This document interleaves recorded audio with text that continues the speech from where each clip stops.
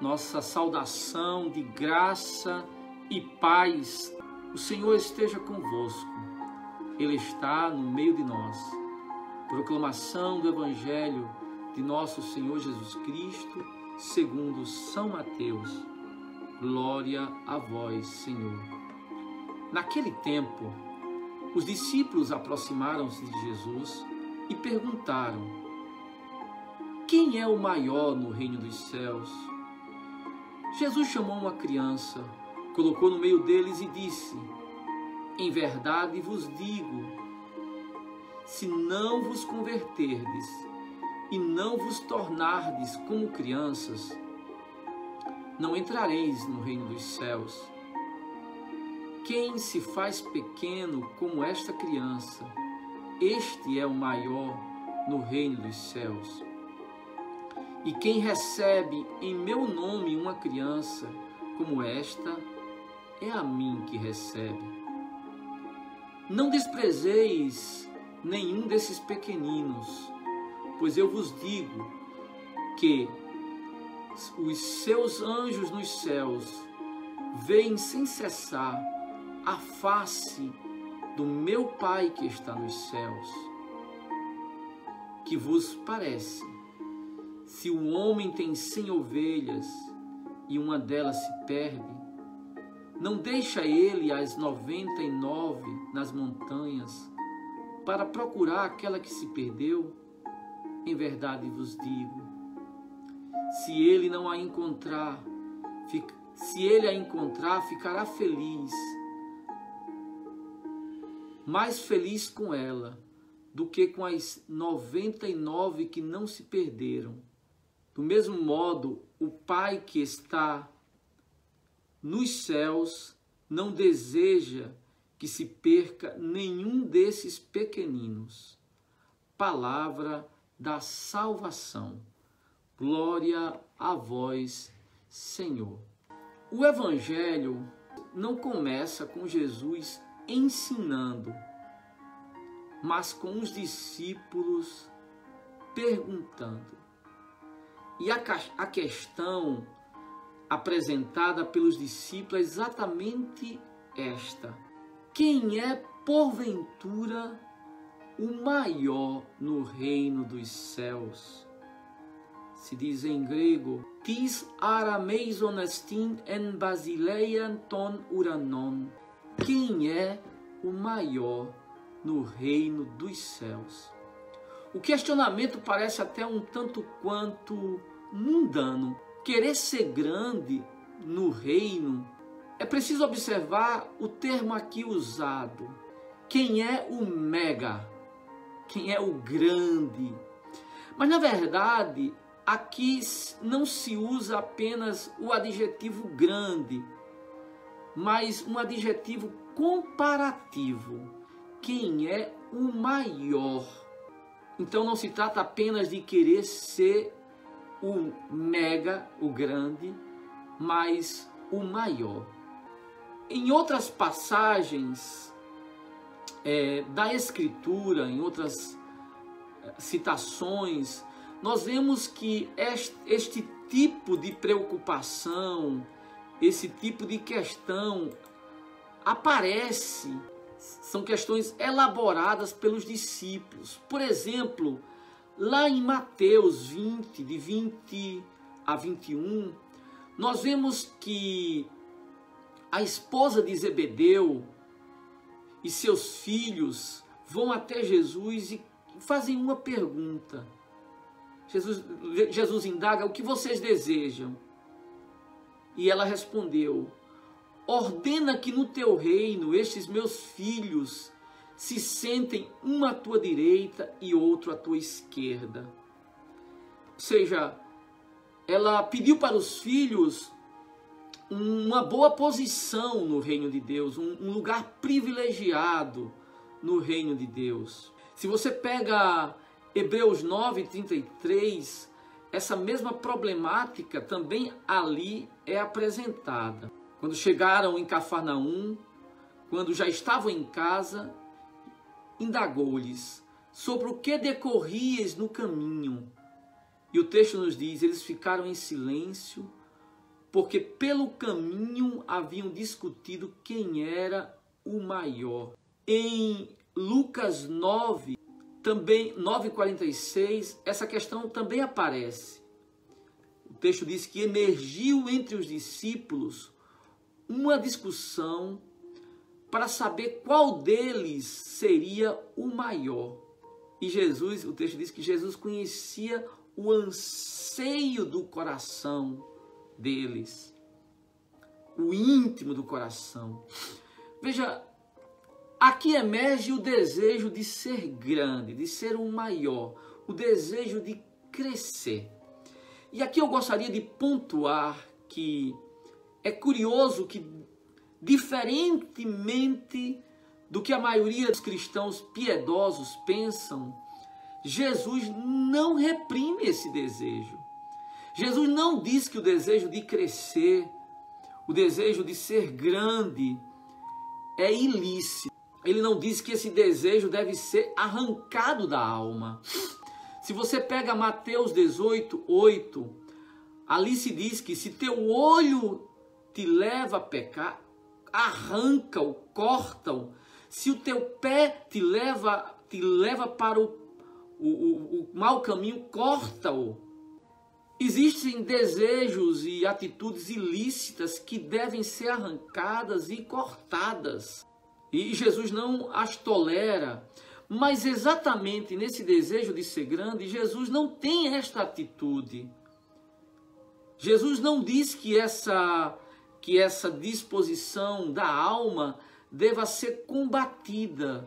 O desejo de ser grande não é ilícito, detestável ou desprezível. O que Jesus diz exatamente nesse evangelho é: se não vos converterdes, não entrareis no reino dos céus. Então o que Jesus está dizendo aqui não é que nós devamos extirpar do nosso coração, arrancar da nossa alma o desejo de grandeza. Jesus não quer extrair. O que ele diz é que se não nos convertermos, nem sequer entraremos no reino. Imagine sermos grandes no reino de Deus. Isso não seria possível em hipótese alguma. Amados irmãos e irmãs, o que nós precisamos entender, compreender, é o que significa converter-se aqui. Em que sentido essa palavra está sendo utilizada? Eu penso que não é complicado entendermos o seu real significado vendo do próprio contexto as palavras de Jesus. O que significa ser grande, o que significa crescer, como alcançar os melhores lugares no reino. Primeira coisa que nós precisamos entender, aquilo que nós já estávamos dizendo, é que o cristianismo não é da mesma raiz do budismo ou do estoicismo, que elimina os desejos, que trata de anular os desejos do coração humano. Pelo contrário, o cristianismo é uma exacerbação do desejo. O problema não é desejar, o problema é o que estamos desejando. Não é errado querer ser grande, querer crescer, até porque essa é a lei da vida. Na literatura infantil existe aquela história de João e o pé de feijão. Eu não sei se é exatamente esse o nome. E o curioso é que aquele pé de feijão, ele chega até o céu. Veja, toda árvore quer crescer e chegar até o céu. E até um pé de feijão, que é uma planta rasteira, tem o desejo de chegar ao céu. Quer crescer. É esse o princípio. O cristianismo não aniquila esse desejo de crescimento. O que precisa ser entendido é como crescer. E aqui é que está a conversão falada por nosso Senhor. Para nos fazer compreender o que significa converter-se neste caso, Jesus coloca uma criança no meio dos discípulos. E ele diz: se não vos tornardes como crianças, não entrareis no reino dos céus. A conversão aqui requerida deve ser vista à luz dessa imagem apresentada por Jesus, a imagem de uma criança. Pois bem, vamos compreender o que significa ser como uma criança. Acho que este é o ponto. Nós sabemos que a Bíblia foi escrita em grego, e no grego a expressão criança traduz duas palavras gregas, pais, pairos, e paidion, como nós vemos lá em João 4:51, a palavra ali usada é pais, ou no nosso caso aqui, paidion. O termo utilizado em nosso texto é exatamente esse, paidion, que nós aqui no texto da CNBB se traduz como criança, mas em inglês se diz little children, ou em italiano piccoli fanciulli. Vamos tentar entender o que essas diferenças nos dizem, o que isso significa. Bom, é importante a gente ter essas colocações presentes. Por quê? Porque a expressão criança na Bíblia também é utilizada em um sentido negativo. Por isso que a gente precisa identificar o real significado da expressão criança no discurso ou na pregação de Jesus. Porque se nós lemos os escritos apostólicos, por exemplo, Paulo, na primeira carta aos Coríntios, capítulo 14, versos 20, nos diz: irmãos, não sejais crianças na vossa maneira de pensar, porém, quanto ao mal, sede como as crianças, contudo, adultos no entendimento. Então, Paulo diz que a gente não deve ser como crianças. Ou mesmo quando Paulo fala de si, ele usa a expressão criança num sentido não muito desejável. Lá em 1 Coríntios 13:11, ele diz: eu falava como criança, pensava como criança, ou seja, não como adulto. Então aqui criança não é utilizada com uma abordagem muito positiva. Ou mesmo lá em Efésios 4:14 diz: não seremos mais crianças agitadas por vento de doutrina. Então o entendimento do ensinamento de Jesus nesta perícope, o nosso reto entendimento vai depender de que modo nós compreenderemos a palavra criança. Muito bem, se observarmos a escolha vocabular do Senhor, nós iremos compreender perfeitamente a sua intuição fundamental. Veja, como eu dizia antes, há duas palavras em grego para falar de criança, pais e paidion. E é interessante que Jesus não usou as palavras pais, paidos, mas usou a expressão paidion, ou seja, a expressão criancinha. Então, mais do que ser como uma criança, Jesus diz que nós devemos ser uma criancinha. Paidion. Não apenas aquela criança que de 7 a 12, 11 anos, mas aquela criancinha de braço. E vamos compreender o que isso significa. O que é uma criança de braço, uma criancinha? É aquela criança que está absolutamente dependente dos pais. Ela depende dos pais para comer, ela depende dos pais para beber, ela depende até dos braços da mãe para dormir, depende do pai e da mãe para proteger do frio, para livrar do calor, para se locomover. Jesus está dizendo que se quisermos entrar no reino de Deus, se quisermos crescer no reino de Deus, o segredo é essa absoluta dependência de Deus, é sermos como criancinhas. E aqui está o problema, porque no mundo em que vivemos, a grande tentação é da autonomia.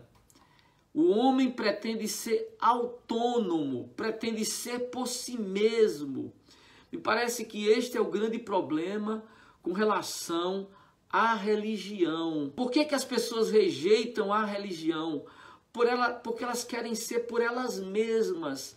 Elas querem a autonomia de decidir o que é certo e o que é errado. O que fazer e o que não fazer. E é óbvio que ser uma criancinha supõe humildade, ser pequeno. Irmãos, não é errado querermos crescer no reino.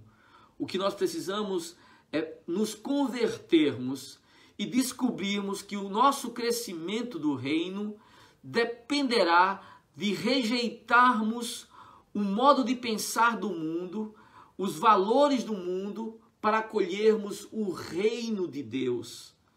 Isso só é possível em não só crescer no reino, ter bom lugar no reino, mas mesmo entrarmos no reino, se não fizermos como crianças, ou seja, se abdicarmos dessa ilusão luciférica, porque veja, qual foi a grande tentação do Éden? Aquela de fazer o homem ser por ele mesmo, independente de Deus, ou seja, ser Deus sem Deus.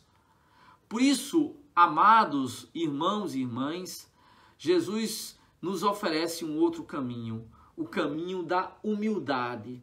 Se quisermos ser grandes, deveremos ser pequenos. Se quisermos crescer, nós deveremos aprender com as crianças que o crescimento do reino depende de uma atitude de total dependência de Deus, ou seja, de uma total confiança em Deus, em seus desígnios, em suas promessas, em seus ensinamentos. Amados, hoje nós celebramos o dia de Santa Clara, uma cofundadora do franciscanismo, com o pai Francisco.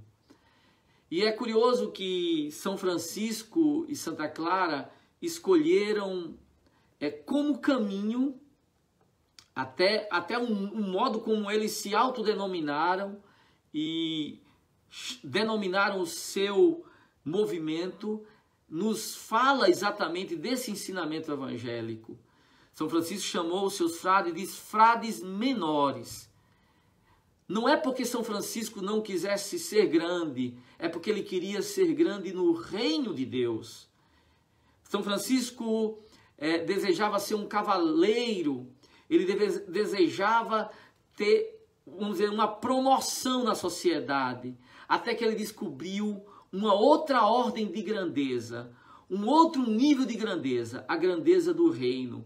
E a grandeza do reino é exatamente essa, aquela grandeza que vem de Cristo, aquela grandeza que nos vem pelo caminho deixado por Cristo. Quem quiser ser o primeiro, que seja o servo de todos. Quem quiser ser grande, faça como o próprio Cristo fez. Veja qual foi o caminho de Cristo. Sendo Deus, se fez homem. Sendo todo-poderoso, se fez criança. Sendo o Senhor da vida, passou pela morte. O caminho da humildade e da humilhação.